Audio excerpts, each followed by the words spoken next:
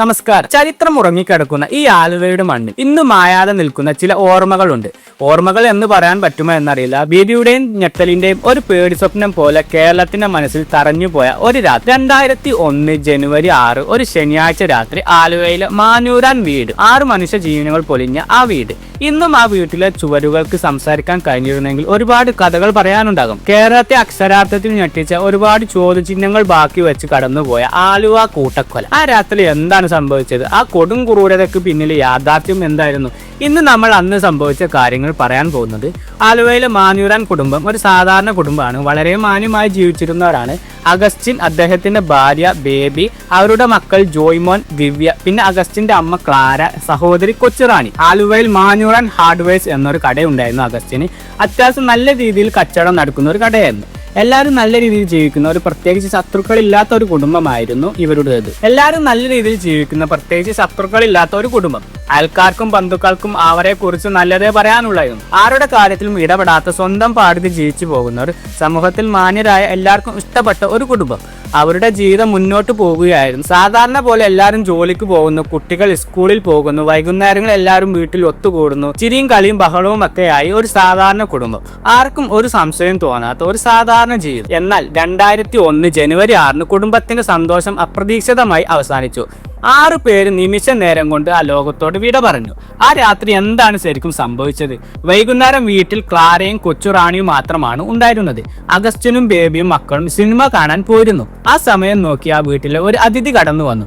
ആന്റണി, മാനൂരാൻ കുടുംബത്തിന്റെ അകന്ന ബന്ധവും സുഹൃത്തും. ഒരുപാട് വർഷങ്ങളായി അവർക്ക് അറിയാവുന്ന ഒരാൾ, അവർക്ക് സംശയിക്കാൻ വകയില്ലാത്ത ഒരാൾ. ആന്റണിക്ക് വിദേശത്തേക്ക് പോകാൻ കുറച്ചു പണം ആവശ്യമുണ്ടായിരുന്നു. അതിനു വേണ്ടി അയാൾ കൊച്ചുറാണിയെ സമീപിച്ചിരുന്നു. പക്ഷെ കൊച്ചുറാണി പണം കൊടുക്കാൻ തയ്യാറായില്ല എന്ന് പറയപ്പെടുന്നു. അവിടെയാണ് ആ കൊടും ക്രൂരതയുടെ തുടക്കം. പണം കിട്ടില്ല എന്ന് ഉറപ്പായപ്പോൾ ആന്റണിയുടെ മനസ്സിൽ പക ആളി കത്തി. അയാൾ കയ്യിൽ കരുതിയിരുന്ന വാക്കത്ത് ഉപയോഗിച്ച് ആദ്യം കൊച്ചുറാണിയെ വെട്ടിക്കൊന്നു. കൊച്ചുറാണിയുടെ നിലവിളി കേട്ട് ഓടിയെത്തിയ ക്ലാരയും വെട്ടിക്കൊന്നു. അവിടെ ആ വീട്ടിൽ 2 മൃതദേഹങ്ങൾ രക്തം തളം കെട്ടി നിന്നു. സിനിമ കഴിഞ്ഞ് വീട്ടിലേക്ക് തിരിച്ചെത്തി അഗസ്റ്റിനും ബേബിയും മക്കളും കണ്ടത് ഭീകരമായ കാഴ്ചയാണ്. ഒരുപക്ഷെ ആന്റണി അവിടെ മറിഞ്ഞിരിക്കുകയായിരുന്നു. അവർ ആ വീട്ടിൽ കയറിയതും ആന്റണി അവരെ ആക്രമിച്ചു. അഗസ്റ്റിന്, ബേബി, ജോയ്മോൻ, ദിവ്യ ഒരു ദയവും കാണിക്കാതെ അയാൾ ആ 4 പേരെയും കൊലപ്പെടുത്തി. ആ വീട്ടിൽ 6 പേരുടെ ജീവൻ പൊലിഞ്ഞു. ആ മൃതദേഹങ്ങൾ രക്തത്തിൽ കുളിച്ചു കിടന്നു. പിറ്റേന്ന് രാവിലെയാണ് സംഭവം പുറത്തറിയുന്നത്. അയൽവാസികളും ബന്ധുക്കളും വിശ്വസിക്കാൻ കഴിഞ്ഞില്ല. ഇത് എങ്ങനെ സംഭവിച്ചു, ആര് ചെയ്തു, എന്തിനു ചെയ്തു? ഒരുപാട് ചോദ്യങ്ങൾ ഉത്തരമില്ലാത്ത ബാക്കി നിന്നു. ഈ സംഭവം കേരളത്തിൽ ആകെ വലിയ കോളിളക്കം സൃഷ്ടിച്ചു. മുഖ്യമന്ത്രിയും ഉന്നത ഉദ്യോഗസ്ഥരും സ്ഥലത്തെത്തി പോലീസ് അന്വേഷണം ഊർജിതമാക്കി. ആദ്യം ലോക്കൽ പോലീസ്, പിന്നീട് ക്രൈംബ്രാഞ്ച്, അവസാനം CBI 3 അന്വേഷണ സംഘങ്ങളും ഈ കേസ് അന്വേഷിച്ചു. ആദ്യം കുറച്ച് ദിവസത്തേക്ക് പോലീസിന് യാതൊരു തുമ്പും കിട്ടിയിട്ടില്ല. എങ്ങനെയാണ് 6 പേരെ ഒരാൾ മാത്രം കൊന്നത്? എന്ത് ലക്ഷ്യത്തോടെയാണ്? പല ഊഹാപോഹങ്ങളും പ്രചരിച്ചു. കുടുംബ വഴക്കാണോ, സ്വത്ത് തർക്കമാണോ, കവർച്ചയാണോ? ഒരുപാട് സാധ്യതകൾ പോലീസ് പരിശോധിച്ചു. പക്ഷെ ഒന്നും ഒരിടത്തും എത്തിയില്ല. ഈ കൊലപാതകത്തിൽ 6 പേര് മരിച്ചതിനാൽ പ്രതിക്ക് അത് ഒറ്റയ്ക്ക് ചെയ്യാൻ കഴിയുമോ എന്ന സംശയം ആദ്യം മുതലേ ഉണ്ടായിരുന്നു. എന്നാൽ ശാസ്ത്രീയമായ തെളിവുകളും അന്വേഷണവും ഒരു വ്യക്തിയിലേക്ക് മാത്രം വിരൽ ചൂണ്ടി. അത് ആന്റണി ആയിരുന്നു. പോലീസ് ആന്റണിയെ കസ്റ്റഡിയിലെടുത്തു. ചോദ്യം ചെയ്യലിൽ അയാൾ ആദ്യം കുറ്റം നിഷേധിച്ചു. പക്ഷെ പോലീസിന്റെ നിരന്തരമായ ചോദ്യം ചെയ്യലിൽ അയാൾക്ക് പിടിച്ചു നിൽക്കാൻ കഴിഞ്ഞില്ല.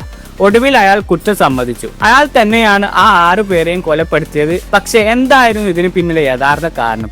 വിദേശത്തേക്ക് പോകാൻ അയാൾക്ക് പണം ആവശ്യമുണ്ടായിരുന്നു. അതിനുവേണ്ടി കൊച്ചുറാണിയെ സമീപിച്ചു. കൊച്ചുറാണി പണം നൽകാൻ വിസമ്മതിച്ചതാണ് ഈ കൊടും ക്രൂരതയിലേക്ക് നയിച്ചതെന്ന് ആന്റണി പറഞ്ഞത്. എന്നാൽ ഒരുപാട് സംശയങ്ങൾ ബാക്കിയായി. ഇത്രയും വലിയ ക്രൂരത ഒരാൾക്ക് മാത്രം ചെയ്യാൻ കഴിയുമോ? മറ്റാരുടെയെങ്കിലും സഹായം കിട്ടിയിട്ടുണ്ടോ? പോലീസ് അന്വേഷണം കൂടുതൽ കാര്യങ്ങളിലേക്ക് കടന്നു. കൊലപാതകം നടന്ന ദിവസം ആന്റണി മാനൂരാൻ വീട്ടിൽ വന്നിരുന്നു എന്ന് ഉറപ്പായി. അയാൾക്ക് വീടിന്റെ ഓരോ മുക്കും മൂലയും അറിയാമായിരുന്നു. അയാൾക്ക് കുടുംബത്തെ വളരെ അടുത്തറിയാമായിരുന്നു. അന്വേഷണത്തിൽ കൊലപാതകത്തിന് ഉപയോഗിച്ച ആയുധങ്ങൾ, തെളിവുകൾ എല്ലാം പോലീസിന് കണ്ടെത്താനായി. ആന്റണിയുടെ മൊഴിയിൽ ചില പൊരുത്തക്കേടുകൾ ഉണ്ടായിരുന്നെങ്കിലും പ്രധാനമായും അയാൾ തന്നെയാണ് കൊല ചെയ്തത് എന്ന് തെളിയിക്കാൻ പോലീസിന് കഴിഞ്ഞു. പലപ്പോഴും അന്വേഷണത്തിൽ വലിയ സമ്മർദ്ദം ഉണ്ടായിരുന്നു പോലീസിന്.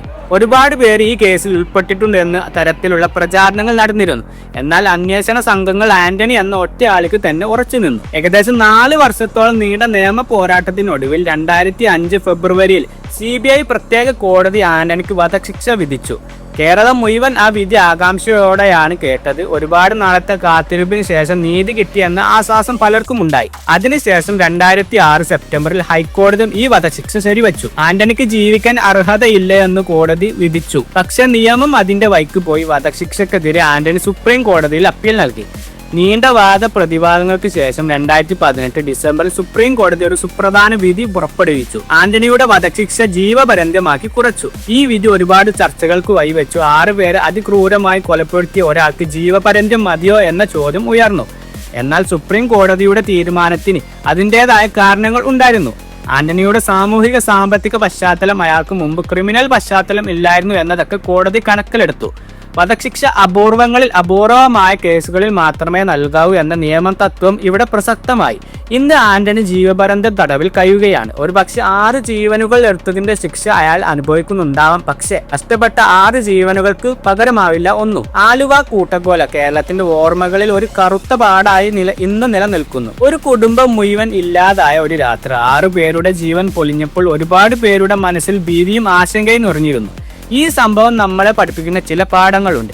എന്ത് കാര്യത്തിലും ഒരു പരിധിയിൽ കൂടുതൽ വിശ്വസിക്കരുത് എന്ന പാഠം, സാമ്പത്തിക ബുദ്ധിമുട്ടുകൾ മനുഷ്യനെ എത്രമാത്രം ക്രൂരനാക്കാം എന്ന പാഠം, ഒരു നിമിഷത്തെ ദേഷ്യം, പക അത് എത്ര വലിയ ദുരന്തങ്ങളിലേക്കാണ് നയിക്കാം എന്ന് പാഠം. ആലുവ കൂട്ടക്കൊല കേരളത്തെ ഞെട്ടിച്ച ഒരു സംഭവമാണ്. ഇതിനെക്കുറിച്ച് നിങ്ങൾക്ക് എന്താണ് പറയാനുള്ളത്? നിങ്ങളുടെ അഭിപ്രായങ്ങൾ കമന്റ് ബോക്സിൽ രേഖപ്പെടുത്തുക. ഈ വീഡിയോ നിങ്ങൾക്ക് ഉപകാരപ്രദമായി എന്ന് കരുതുന്നു. വീഡിയോ ഇഷ്ടപ്പെട്ടെങ്കിൽ ലൈക്ക് ചെയ്യുകയും ഷെയർ ചെയ്യും. കൂടുതൽ വീഡിയോക്കായി ഈ ചാനൽ സബ്സ്ക്രൈബ് ചെയ്യുക. വീണ്ടും മറ്റൊരു വീഡിയോയുമായി കാണാം. നന്ദി.